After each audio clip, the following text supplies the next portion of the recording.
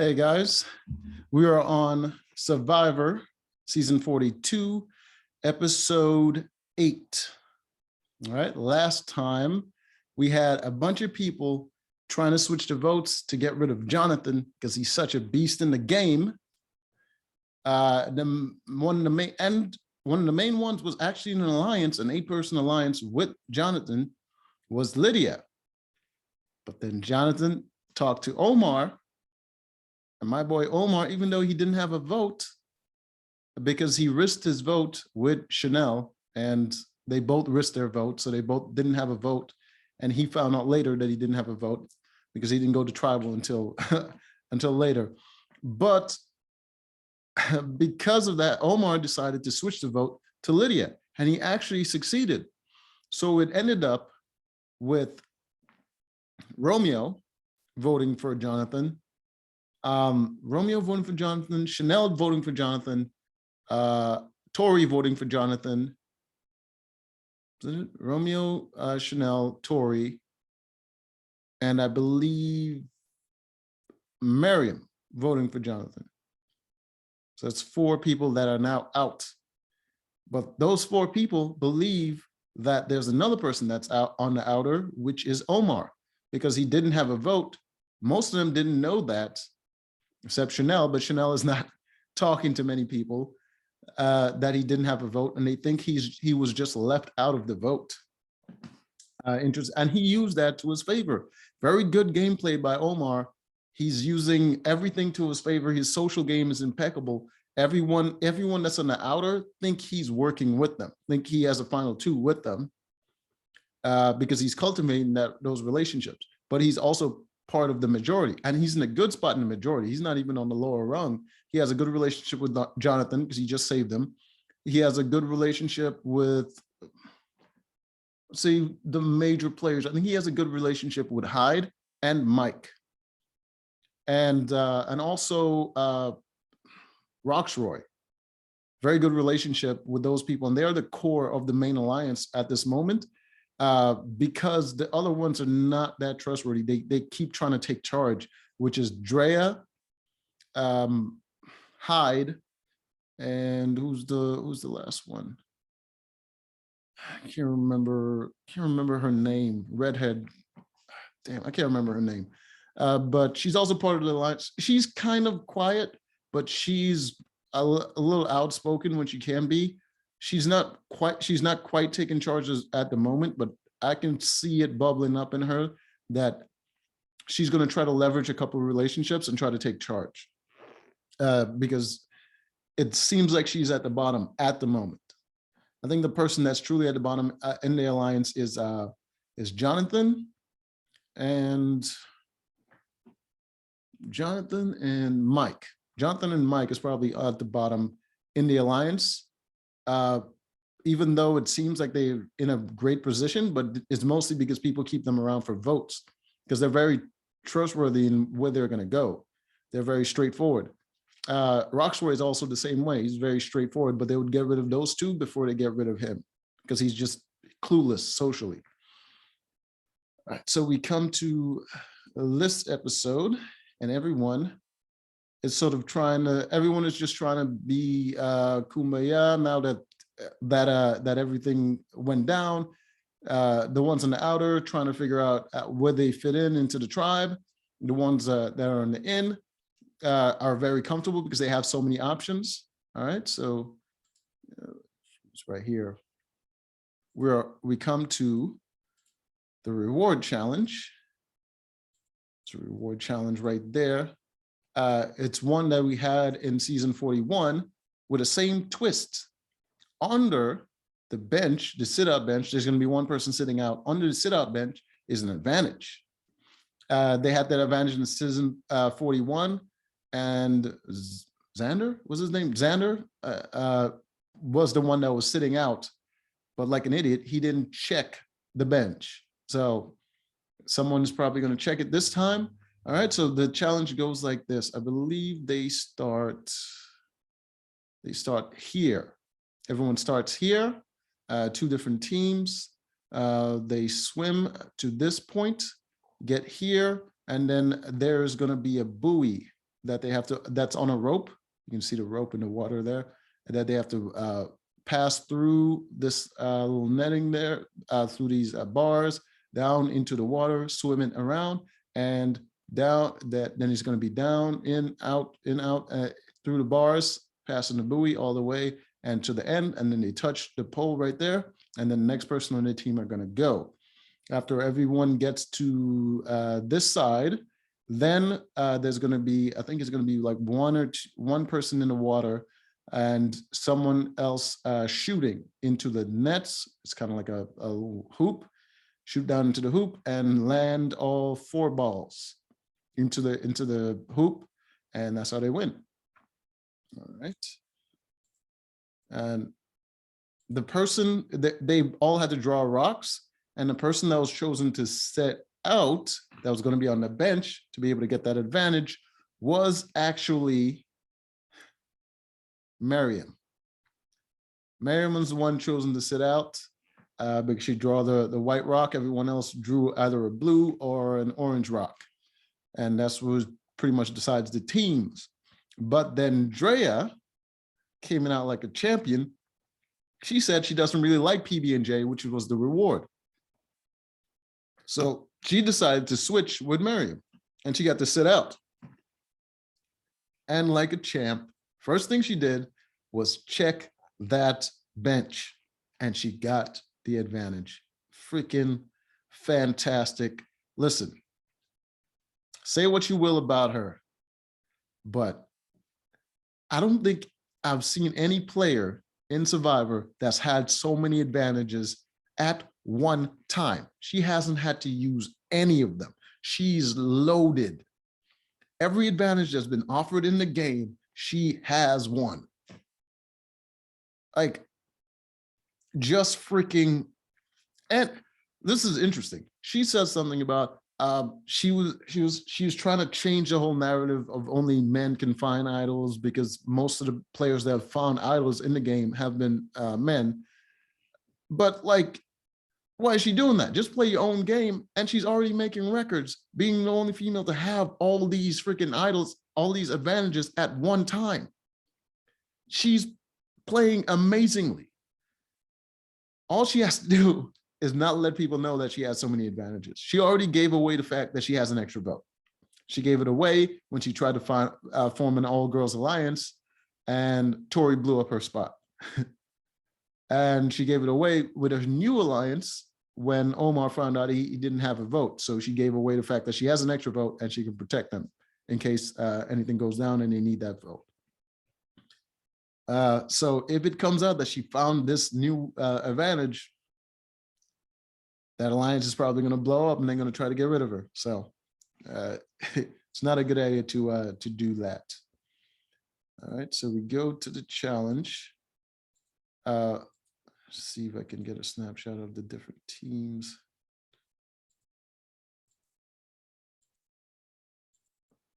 No, sure. Okay, come on. Okay. I believe that's the orange team. That's the orange team right here. It's going to be Romeo, don't remember her name, Hyde, Omar, and Drea. All right.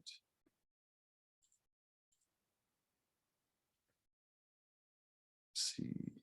All right, there we go. That would have been a better picture. All right.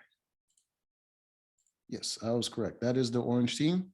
And the blue team is going to be Chanel, Tori, Roxroy, Mike, and Jonathan right there. All right, go. Let's go and go. The first one to go out was Jonathan. He gave his team a good lead. All right. They all got to the end. They got to the end, but the person shooting for the blue team was actually Roxroy, and he was missing them. He was mixing them, but Omar, like a dark horse, came out of nowhere, and he's making shots for the orange team. I think he made 3 in a row, straight up made 3 in a row before the blue team could even make a shot. He had 3 in a row. He missed the 4th one, which I believe was the last one. And Jonathan decided to switch out with Roxroy and came out of nowhere as and made all 4 shots in a row and won it just this much from the other team. Just when Omar was going to get a chance to shine, Jonathan was like, nah, because the reward is food and he needs food. He came out of nowhere and he freaking took that championship away from Omar. That would have been a shining moment for him. But you know what? When they got back to the when they got back and they didn't win the reward, they got back to the tribe. His team, they were actually in good spirits. They were like, they enjoyed the challenge. Nobody was mad or anything like that. So it wasn't, it didn't turn out too bad, but that easily could have rubbed someone the wrong way.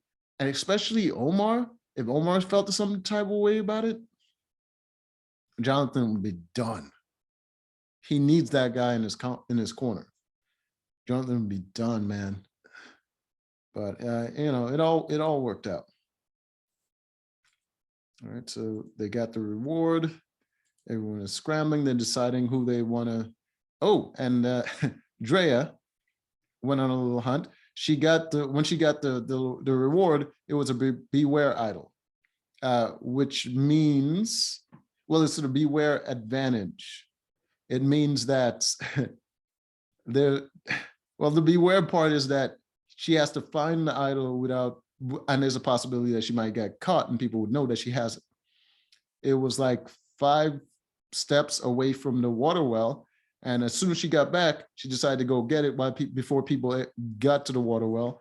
She found it. It was underneath a coconut. And underneath the coconut, it was in like a little pipe. She had to stick her hand in there to get it out. When she did stick her hand in there, it was filled with red paint, like blood red paint. And that was the beware part. You would get caught red-handed. So basically, she immediately tried to wash the paint off her hand so no one knows. But when she gets back to the tribe, Tori immediately notices the paint on her hand and thought it was blood.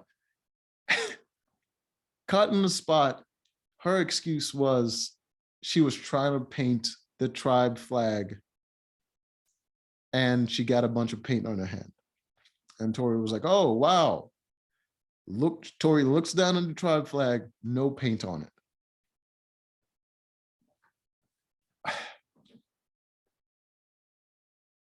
All she had to say was just a little bit of blood and it would have been fine.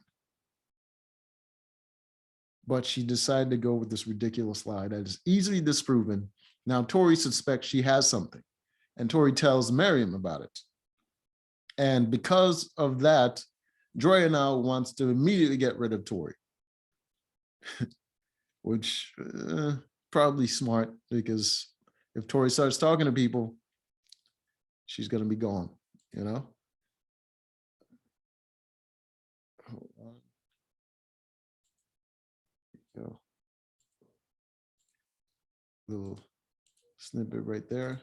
So you can see the red paint on her hand and the little capsule that has her advantage in it right there.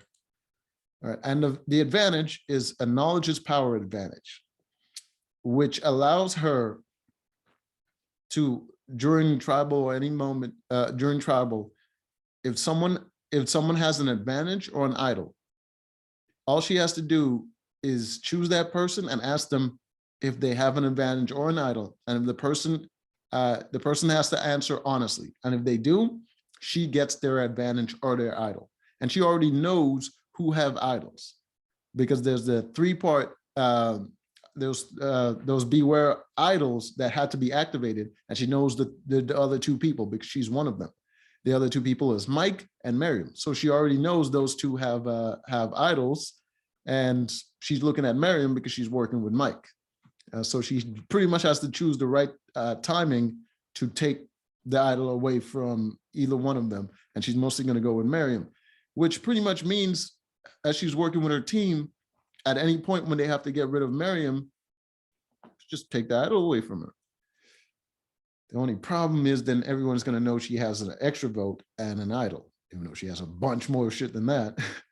Everyone's going to know that. And there are other people that know she has other stuff. She has another 3-part advantage. One of the people that have it, I believe, is Hyde. Hyde, not Hyde. Hyde. I can't remember his name. High, I think High and what's the other one? Oh, the redhead girl. I can't remember her name. She's the other one. So those two knows about her other advantage, which is an advantage that is like, when there's 3 people in the game, it gives you an extra vote. When there's 2 people, what's it do?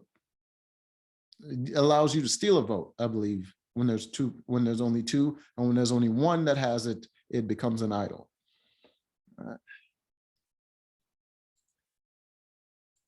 Okay, so she has that.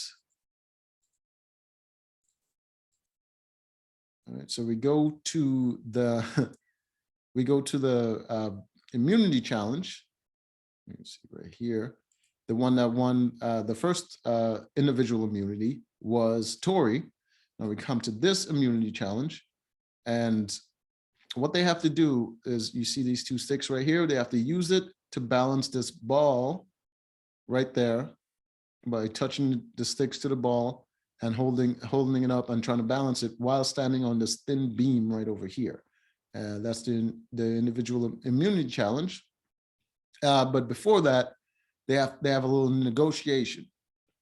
They have 2 choices. Either one person can sit out and win individual rice for themselves, or they can negotiate and a bunch of people can sit out and win rice for the entire tribe. They kind of negotiated Jeff down to 4 people sitting out, and the 4 sitting out was Drea, Miriam, I think Romeo. Who's the last one? And Omar. That's the 4 that sat out. All right, so the individual immunity challenge goes on, and the last 2 people standing was Jonathan and Tori once again. But in the end, Tori pulls out her second individual immunity win again, and Drea was pissed because she wanted to get rid of Tori. I mean, Tori is just killing the game, but the only problem is she has no one on her side.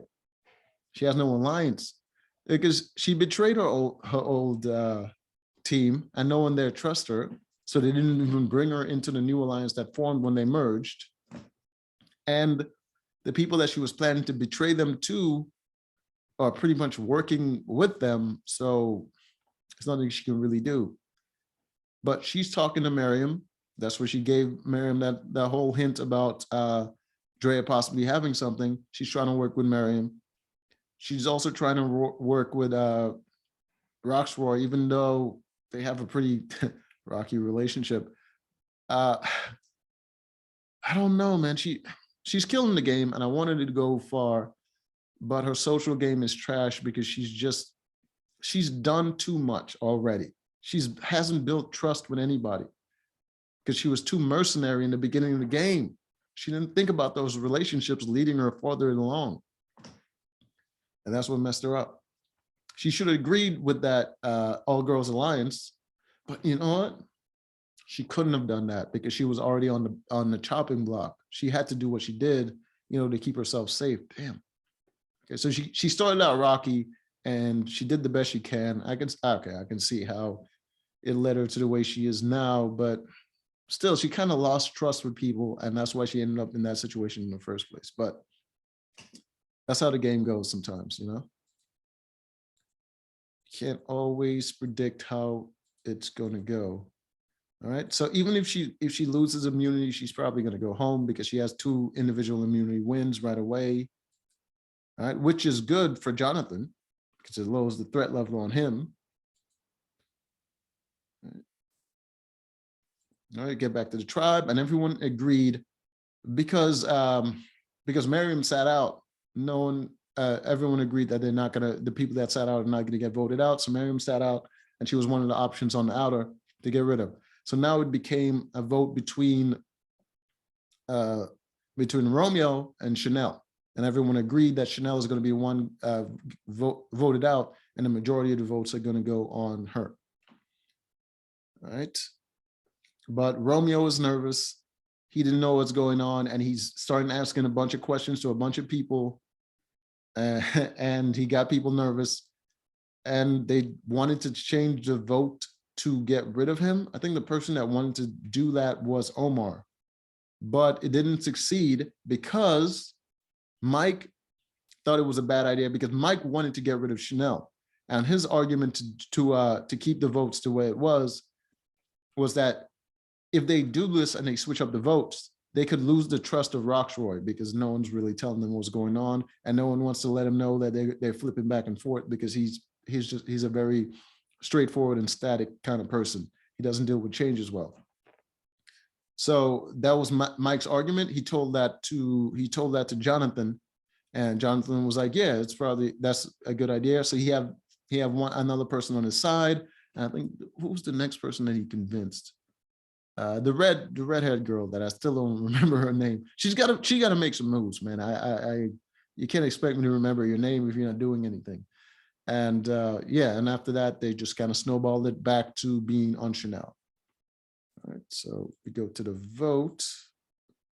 Yeah, just a lot of conversations going on, but we go to tribal, and no one played an idol on an advantage or anything.